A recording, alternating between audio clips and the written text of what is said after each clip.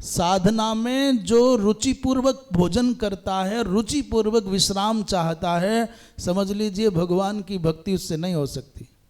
और भक्ति के नाम पर कोई कीर्तन कर ले या माला जप ले या पाठ कर ले तो वो ऐसा ही है जैसे घूरे पर गुलाल छिड़क दिया, जैसे बालू पर रंगोली बना दी, हवा का एक झोंका उड़ा ले जाए। आज मनुष्य स्वाधीनता स्वच्छंदता पूर्वक खाना चाहता है, सोना चाहता है, वो संयम तो चाहता ही नहीं। अभी थोड़ी सी गर्मी पड़े तो हाय हाय लाओ एसी, थोड़ी सी भूख लगे तो हाय हाय जो मिले वही स्वाहा। भूख पर और भोग पर नियंत्रण नहीं होगा तो दिव्यता का अनुभव आपको 7 जन्मों में भी नहीं होगा।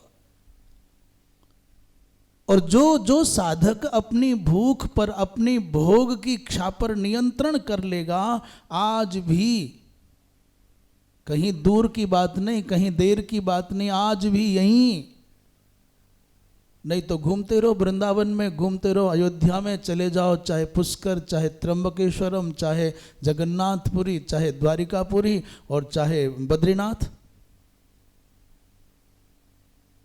आप ये तो कह सकते हो मैं घूम आया, देख आया, और बोलते ही हैं देखा है ना, हम जाया है। दर्शन कम करते हैं, प्रदर्शन अधिक करते हैं। दर्शन का तो प्रदर्शन का बाहुल्य हो गया। आज भी पुष्कर की पवित्रता का अनुभव करना है, श्रीधाम वृंदावन की पवित्रता का अनुभव करना है तो आपको डूबना होगा, थोड़ा संयमित होना होगा। अपने आँख को, कान को, मुख को, अपने हाथ पैर को, अपने मन को थोड़ा स्वच्छ रखना होगा। कहा जाओ पुष्कर में मिलन होगा। सात्विकी लौट करके भगवान के पास गए। वृंदावन विहारी लाल की। सैन्य दल के सहित भगवान कृष्ण पुष्कर में पहुंचे तो सबसे पहले सरोवर में स्नान किया, और सरोवर में स्नान करके ब्रह्मा जी के दर्शन किए। और हंस और डिंभक तो स्वयं सिद्ध हैं, उनको क्या आवश्यकता है नहाने की और ब्रह्मा जी के दर्शन करने की। हमारी कठिनाई ये है, हम तीर्थों में भी जाते हैं तो विलासिता ढूंढते हैं, बहुत उत्तम प्रकार की व्यवस्थाएं खोजते हैं, सात्विकता नहीं खोजते, पवित्रता नहीं खोजते। मैं सच कहूँ, वृंदावन भी आना है ना, बिहारी जी के दर्शन करना है, राधा वल्लभ जी के दर्शन करना है, राधा गोविंद के दर्शन करना है, सप्त देवालयों के दर्शन करना है, गोपेश्वर भगवान के दर्शन करना है, करो। अब ये मत कह देना कि और नाम क्यों नहीं गिनाए।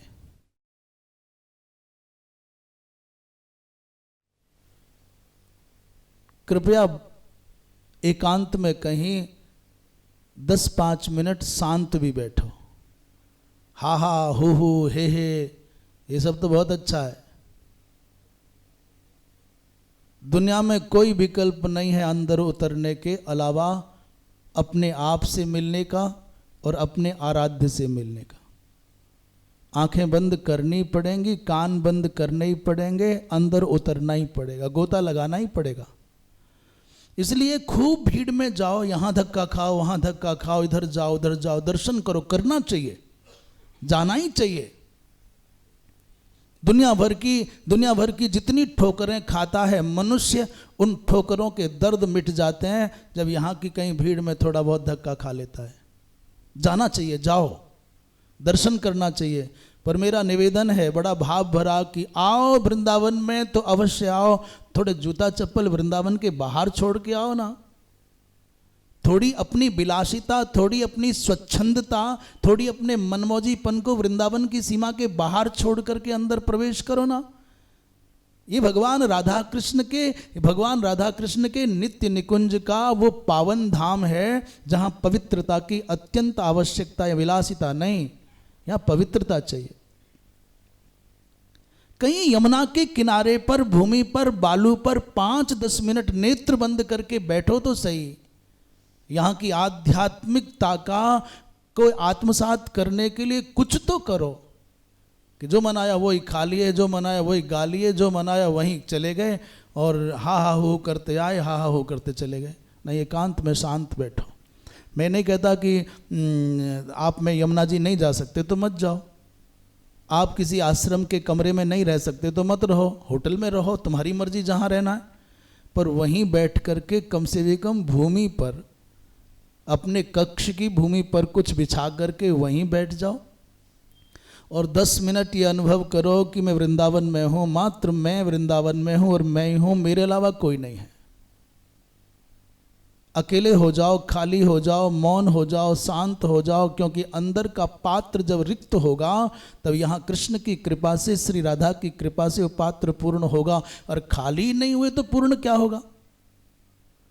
आप अटैच्ड, आप संबद्ध नहीं हुए, आपकी कनेक्टिविटी कमजोर रही, तो फिर आपकी आध्यात्मिकता की बैटरी चार्ज कैसे होगी भाई? मोबाइल चार्ज करने की चिंता है, चित्त को चार्ज करने की कोई चिंता नहीं है। इसलिए एकांत में शांत भाव से, और आप महसूस अनुभव करो कि रोम रोम आपका भगवत कृपा से इस दिव्य धाम के अंदर जो चिन्मय प्रभा है उससे आपका रोम रोम पुलकित हो रहा है, रोमांचित हो रहा है, वो ऊर्जावान हो रहा है, वो पावनता के पवित्रतम इस दिव्य धाम सिंधु में अवगाहन कर रहा है, तब देखना आपका आना सार्थक हो जाएगा।